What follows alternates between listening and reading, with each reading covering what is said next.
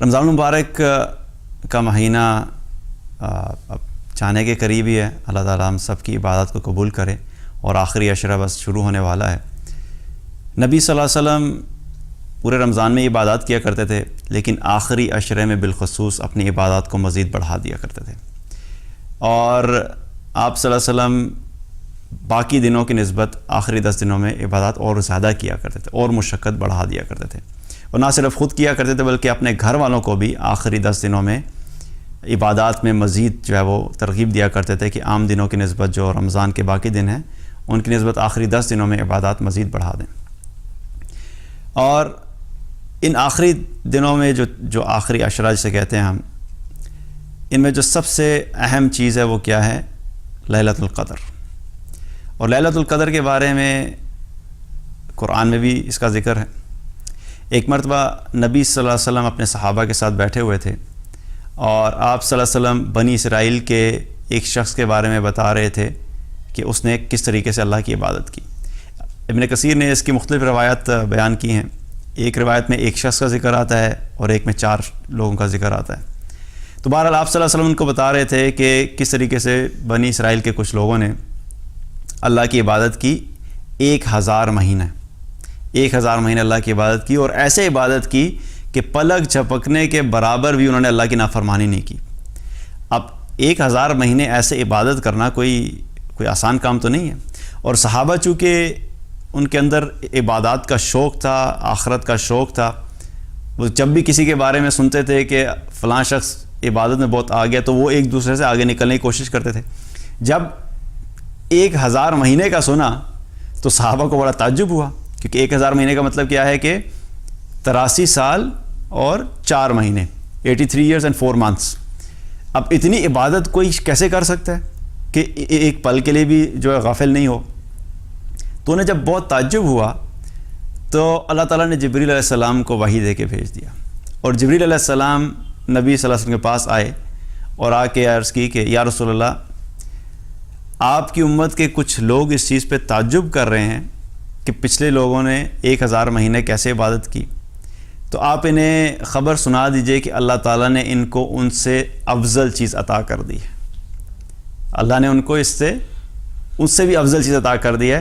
اور وہ کیا ہے؟ اِنَّا أَنزَلْنَاهُ فِي لَيْلَةِ الْقَدْرِ وَمَا أَدْرَاكَ مَا لَيْلَةُ الْقَدْرِ لَيْلَةُ الْقَدْرِ خَيْرٌ مِّنْ أَلْفِ الشَّهْرِ. کہ اللہ تعالیٰ نے ان کو ایک ایسی رات عطا کی ہے جو لیلۃ القدر ہے کہ وہ رات 1000 مہینے سے افضل ہے. 1000 مہینے سے افضل ہے.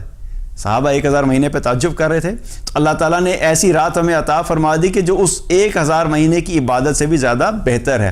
اس کا مطلب کیا ہے کہ جو شخص بھی اس ایک رات میں عبادت کرے گا وہ ایک رات کی عبادت 1000 مہینوں کی عبادت سے بہتر ہوگی، یعنی 83 سال 4 مہینے کی عبادت سے بہتر ہوگی. اب سوچئے کہ 83 سال 4 مہینے عبادت کرنا کوئی آسان کام ہے، تو کوئی سوچے بھی تو شاید پریکٹیکلی پاسبل نہیں ہے، لیکن یہ اس سے بھی بہتر ہے. یعنی آپ نے 83 years and 4 months کھڑے ہو کے عبادت کی، یہ کوئی آسان کام ہے؟ مشکل کام ہے نا. ایک طرف کوئی شخص یہ کہ میں نے 83 years and 4 months 83 سال 4 مہینے میں نے کھڑے ہو کے عبادت کی، یا قیام میں، سجود میں، یا میں نے اللہ کی عبادت کی. اور دوسری طرف وہ شخص ہو جس کو لیلۃ القدر مل جائے اور وہ ایک رات عبادت کر لے تو وہ اس شخص سے آگے نکل جائے گا. کیونکہ اللہ تعالیٰ نے یہ نہیں فرمایا کہ اس کے برابر ہے، یہ نہیں فرمایا لیلۃ القدر خیر من الف شہر کہ یہ اس سے بھی بہتر ہے، یہ اس سے بھی آگے نکل جائے گا. تو اس ایک رات کی عبادت کرنا یہ بہت اہم ہے، کیونکہ یہ وہ رات ہے کہ جس میں کیا ہے کہ ہمیں جس سے انشاءاللہ عبادت کریں گے تو ہمیں 1000 مہینے کی عبادت سے زیادہ اجر ملے گا.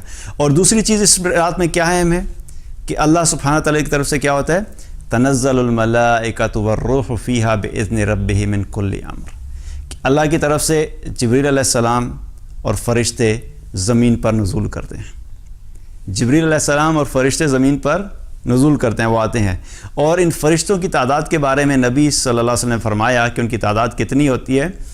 آپ صلی اللہ علیہ وسلم نے فرمایا کہ ان کی تعداد اتنی ہوتی ہے کہ جتنی تمہاری زمین پہ کنکریوں کی تعداد ہے، اس سے بھی زیادہ کثیر تعداد میں، کنکریوں سے بھی زیادہ جو ہے وہ اس تعداد میں فرشتے اس زمین پر ہوتے ہیں. تو وہ اللہ کی طرف سے رحمتیں اور برکتیں لے کر اس زمین پر آتے ہیں. اور یہ رات ہے کب ہے؟ اس کے بارے میں آپ صلی اللہ علیہ وسلم نے بتایا کہ اس کو کہا کس میں تلاش کرو؟ طاق راتوں میں، 21ویں کی رات، 23ویں کی رات، 25ویں کی رات، 27ویں کی رات اور 29ویں کی رات، ان طاق راتوں میں سے کسی ایک رات میں ہے۔ اور ایک اور حدیث میں آتا ہے نبی صلی اللہ علیہ وسلم نے فرمایا ان 10 راتوں میں عبادت کرنے کے بارے میں کہ تمہیں سے ہر شخص کو چاہیے کہ ان 10 راتوں میں عبادت کرے، لیکن اگر کوئی شخص عاجز آئے یا کسی وجہ سے نہ کر سکے تو آپ صلی اللہ علیہ وسلم نے فرمایا آخر کی 7 راتوں میں وہ سستی نہ کرے۔ تو کیا ہے کہ اگر کوئی شخص بیمار ہے یا کسی وجہ سے ساری 10 کی 10 راتیں نہیں کر پا رہا تو آخر کی 7 راتوں میں خاص اہتمام کرنا۔ اور اسی طریقے سے اس رات میں قیام کرنے والے کی کیا فضیلت ہے؟ حدیث میں آتا ہے، بخاری کی روایت ہے، نبی صلی اللہ علیہ وسلم نے فرمایا من قام لیلۃ القدر ایمانا و احتسابا غفر لہ ما تقدم من ذنبہ، جس شخص نے ایمان اور ثواب کی نیت سے لیلۃ القدر میں قیام کیا تو اللہ تعالیٰ اس کے پچھلے تمام گناہوں کو معاف کر دیتا ہے۔ تو کیا ہوا کہ پچھلے تمام گناہ بھی معاف ہو گئے۔ اب سبحان اللہ، آپ سوچئے کہ 1000 مہینے سے افضل عبادت کا اجر بھی مل گیا، جبریل علیہ السلام فرشتوں کے ساتھ بھی موجود ہیں، اور جس شخص نے اس رات قیام کیا اس کے پچھلے گناہ بھی معاف ہو گئے۔ تو یہ سب کس کے لیے ہو رہا ہے؟ جو شخص اس رات میں عبادت کرے گا اس کے پچھلے گناہوں کو اللہ تعالیٰ معاف کر دے گا۔ اور اسی کے بارے میں آپ صلی اللہ علیہ وسلم نے فرمایا کہ رمضان المبارک کے مہینے میں ایک رات ایسی ہے جو کہ 1000 مہینوں سے بہتر ہے، اور جو شخص اس رات سے محروم ہوا وہ کل کی کل خیر سے محروم ہو گیا، کل کی کل بھلائی سے محروم ہو گیا۔ اور اس رات سے محروم صرف اور صرف کوئی بد نصیب ہی ہو سکتا ہے۔ تو اتنی امپورٹنٹ رات ہے، اتنی اہم رات ہے، اتنی فضیلت والی رات ہے، تو آپ سوچئے کہ واقعی وہ شخص بڑا بد نصیب ہوگا کہ جو اس رات میں بھی عبادت کرنے کے بجائے گھومنے پھرنے کو لگا ہوا ہے، شاپنگ چل رہی ہے، اللہ کو یاد کرنے کا وقت ہے اور دنیا کے معاملات میں لگے ہوئے یا سو گئے۔ ٹھیک ہے، تو اس میں ہم نے کوشش کیا کرنی ہے کہ ان طاق راتوں میں کثرت سے عبادت کا اہتمام کرنا ہے، کیونکہ انشاءاللہ اگر ہمیں لیلۃ القدر مل گئی تو اللہ کی طرف سے بہت سی بھلائیاں ہیں اور اللہ تعالیٰ ہمارے پچھلے گناہوں کو بھی معاف کر دے گا۔ اسی کے بارے میں عائشہ رضی اللہ عنہ نے نبی صلی اللہ علیہ وسلم سے پوچھا کہ یا رسول اللہ صلی اللہ علیہ وسلم، اگر میں اس رات کو پا لوں تو پھر مجھے کیا کہنا چاہیے؟ تو آپ صلی اللہ علیہ وسلم نے فرمایا کہ عائشہ تم یہ پڑھو، اللہم انک عفو کریم تحب العفو فاعف عنی۔ یہ دعا بتائی کہ یہ دعا پڑھو، اگر تم اس رات کو پا لو تو یہ دعا پڑھو کہ ہے اللہم انک عفو، یا اللہ تو معاف کرنے والا ہے، کریم تو کرم فرمانے والا ہے، تحب العفو یا اللہ تو معاف کرنے کو پسند کرتا ہے، فاعف عنی بس مجھے بھی معاف کر دے۔ تو یہ دعا آپ صلی اللہ علیہ وسلم نے سکھائی حضرت عائشہ رضی اللہ عنہ کو کہ اس دعا کو کثرت سے پڑھنا ہے۔ اب جو سوچئے سبحان اللہ، اس دعا میں کیا مانگ رہے ہیں ہم؟ اب کتنی اہم رات ہے تو ظاہر ہے کوئی اہم چیز ہی مانگنی چاہیے نا۔ نبی صلی اللہ علیہ وسلم نے یہ نہیں کہا کہ اچھا اس رات کو کیا کرو کہ تم مال مانگو، اولاد مانگو، اپنے بزنس میں کشادگی مانگو، اپنی جاب کے اندر حالات میں بہتر مانگو، رزق مانگو۔ یہ سب چیزیں بھی حلال ہیں، ہمیں چاہیے، ہماری ضرورت ہے زندگی کی، لیکن سب سے اہم ضرورت کیا ہے کہ اللہ ہمیں معاف کر دے، اللہ ہماری مغفرت کر دے۔ چونکہ یہ سب سے اہم ضرورت ہے تو نبی صلی اللہ علیہ وسلم نے کیا فرمایا کہ اس رات میں اگر مانگنا ہے تو اللہ سے معافی طلب کرو۔ تو کثرت سے اللہ سبحانہ تعالیٰ سے ہم نے معافی مانگنی ہے، مغفرت کی دعائیں کرنی ہیں، اللہ کے سامنے گڑ گڑانا ہے، کیونکہ جس شخص کی معافی ہوگی، جس کو اللہ نے معاف کر دیا، اصل کامیاب تو وہی شخص ہے۔ لیکن دنیا کی ساری نعمتیں ہمارے پاس موجود ہوں لیکن اس حال میں دنیا سے چلے گئے کہ اللہ ہم سے راضی نہ ہوا اور اللہ نے ہمیں معاف نہ کیا، تو ایسا شخص تو آخرت میں ناکام ہو جائے گا اور وہ ہمیشہ کی ناکامی ہے۔ تو اس رات میں کیا کرنا ہے کہ ہم نے دعاؤں کا اہتمام کرنا ہے، اور بالخصوص اس دعا کو پڑھنا ہے، اللہم انک عفو کریم تحب العفو فاعف عنی۔ اس دعا کا اہتمام کرنا ہے، اور ویسے بھی مغفرت کی اور معافی کی جو بھی دعائیں ہیں ان کو بھی کثرت سے پڑھنا ہے۔ اور دعا کے اعتبار سے یہ بھی ہے کہ جو دعائیں آپ کو عربی میں یاد ہیں ان کو بھی آپ پڑھ سکتے ہیں، اور اچھا یہ ہوگا کہ ان دعاؤں کا اگر مطلب آپ کو پتہ ہے تو اس سے کیا ہوتا ہے کہ انسان کے دل سے دعا نہیں کرتے، کیونکہ جس چیز کا آپ کو مطلب پتہ ہے تو آپ کو پتہ لگتا ہے آپ مانگ کیا رہے ہیں۔ اگر مطلب ہی نہیں پتہ، آپ عربی پڑھتے چلے جا رہے ہیں اور آپ کو پتہ ہی نہیں کہ آپ اللہ سے مانگ کیا رہے ہیں، تو اس میں وہ کیفیت نہیں ہوگی، وہ خشوع نہیں ہوگا، وہ احساس اور جذبات نہیں ہوں گے جو کہ ایک دعا کے اندر ہونے چاہیے۔ تو اس میں یہ ہے کہ پھر آپ اپنی زبان میں دعا مانگے، جو دعا آپ اپنی زبان میں مانگتے ہیں، کیونکہ اصل مقصد دعا کا کیا ہوتا ہے کہ ہم نے اللہ کے سامنے اپنی عاجزی، اپنی انکساری اور اپنے دل کے جذبات اللہ کے سامنے رکھنے ہوتے ہیں کہ اللہ ہمیں کیا چاہیے ہے۔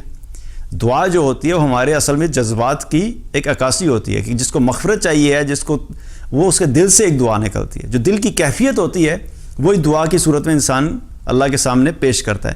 تو جب آپ کو پتہ ہی نہیں ہوگا کہ آپ عربی میں پڑھ کے آ رہے ہیں تو آپ اپنے دل کی کیفیت کیسے بیان کریں گے؟ تو اگر عربی کی دعائیں یاد ہیں اور ان کا مطلب پتہ ہے تو ان کو بھی پڑھیں، اور اپنی زبان میں خشوع خضوع سے انکساری کے ساتھ اللہ کے سامنے ہم نے گڑ گڑانا ہے، اللہ سے دعا مانگنی ہے کہ اللہ تعالیٰ ہماری مغفرت کرے۔ اور اسی رات سے متعلق چونکہ عبادات کی رات ہے تو ہمیں کچھ چیزوں کا خیال کر لیں۔ اگر ہم دن کو اس طریقے سے پلان کر لیں تو ہمارے لیے آسانی ہو جائے گی۔ جس رات عبادت کرنے جو طاق رات ہے اس دن کی اپنی کمٹمنٹس کو کم کر لیں، بازاروں کے چکر، ایکسٹرا کام، افطاریاں، جو چیزیں آپ کو تھکانے والی ہیں اور جس کی وجہ سے آپ سمجھتے ہیں کہ رات کو عبادت میں خلل ہوگا، آپ ان چیزوں کو ایوائڈ کریں، اپنی انرجی کو تھوڑا سیو کریں، اور اگر ہو سکے تو دن کو تھوڑی دیر کے لیے کیلولا کر لیں، تھوڑی دیر کے لیے آرام کر لیں تاکہ آپ کے اندر ایک انرجی آ جائے، اور اس انرجی کو ہم نے رات کو اللہ کے سامنے عبادت میں لگانا ہے۔ اور ایک اور چیز بہت اہم ہے کہ جو لیلۃ القدر ہے اور طاق راتیں ہیں، ان کو ہم نے اپنے رب کے سامنے کھڑے ہو کے گزارنا ہے، ٹی وی کے سامنے بیٹھ کے نہیں گزارنا۔